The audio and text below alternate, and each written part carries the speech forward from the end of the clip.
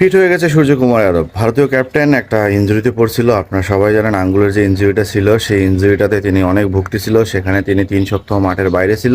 কিন্তু অবশেষে সূর্যকুমার যাদব ফিট, তিনি জিম সেশনে ফিরছে। এছাড়াও যে সেশনগুলো আছে তিনি ফিরে মাঠে আসছে এবং তার যে ভিডিও বার্তাটা ছিল তিনি বলছে now I am fit, no tension.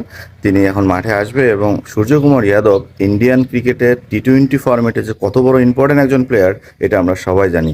যে ডিভিলিয়ার্স যেমন ছিল 360 একজন খেলোয়াড়, আমার কাছে সূর্যকুমার যাদবকে ঠিক তেমনই লাগে একজন 360 খেলোয়াড়। কারণ তিনি চতুর্দিকে ব্যাটিং করতে পারে এবং তার যে বিধ্বংসী রূপ, এই রূপ যদি ভরা হয় তাহলে প্রতিপক্ষের জন্য যে সেটা কত বড় ক্ষতিকর এটা হয়তো আপনারা সবাই জানেন। সেই দিক থেকে সূর্যকুমার যাদবের সুস্থ হওয়াটা খুব জরুরি ছিল, কারণ সামনে পাকিস্তানের সাথে ম্যাচ, সেই ম্যাচটাতে বিন্দু পরিমাণ ছাড় দিতে নারাজ সূর্যকুমার যাদব।